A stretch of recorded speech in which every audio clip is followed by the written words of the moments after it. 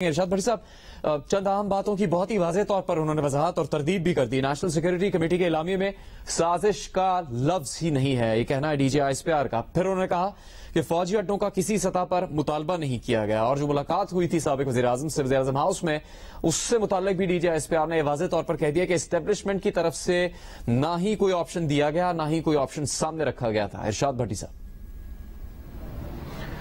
دیکھیے جنید، تین چار باتیں بڑی امپورٹنٹ ہیں۔ پہلی بات تو انہوں نے پھر ایک مرتبہ کہا ہے کہ فوج کو سیاست میں نہ گھسیٹیں، آپ مطلب اپنا کام خود کریں، ہمیں ہمارا کام کرنے دیں۔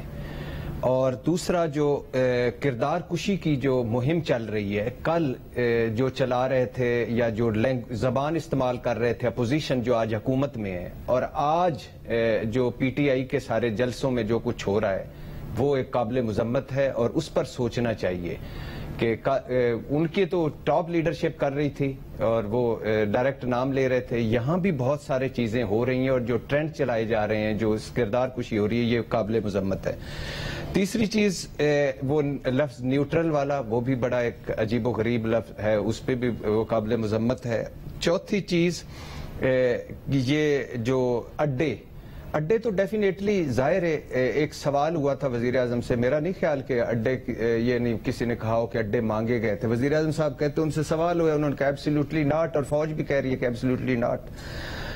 جو بات ہے سازش کی، یہ بہت اچھا ایک پوائنٹ ہے، بہت بر وقت ہے کہ یہ بتانا کہ سازش، کیونکہ یہ تو ٹھیک ہے کہ جو نیشنل سیکیورٹی کونسل کے اعلامیے میں یہ ہے کہ یہ زبان سفارتی نہیں تھی، واضح اور کلیئر مداخلت کی گئی، اور کہا یعنی اور امریکی ہسٹری بھی ہے ریجیم چینج کی، 18 ملکوں میں وہ کر چکے ہیں، روس کو دھمکی دے چکے ہیں، بائیڈن کا کلپ وائرل ہو چکا ہے جس میں وہ ترکی کے کہہ رہا تھا کہ ان سیاستدانوں کو میں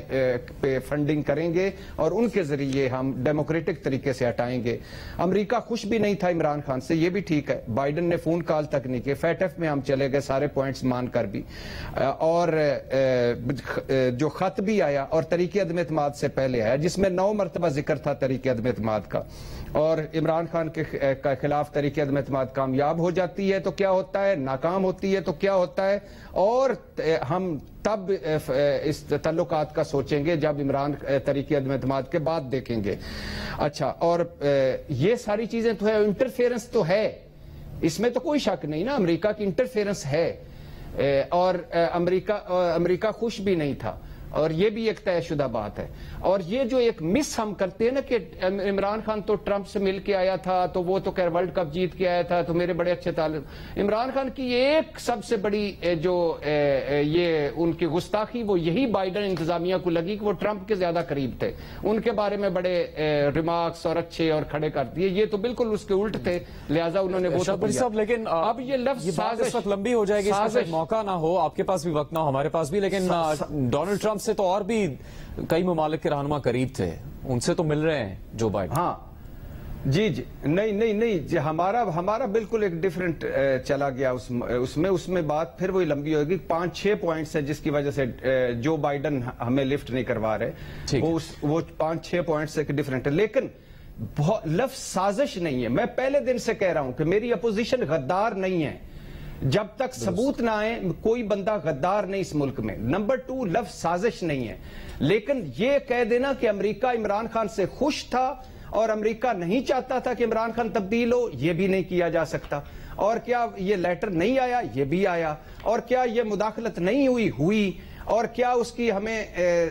امریکہ نے ہمارے ساتھ نہیں کیا، سٹیپ بائی سٹیپ ہمیں کھینچا نہیں ہے؟ کھینچا تو، لیکن یہ پھر وہی بات کہ سازش نہیں ہے، اپوزیشن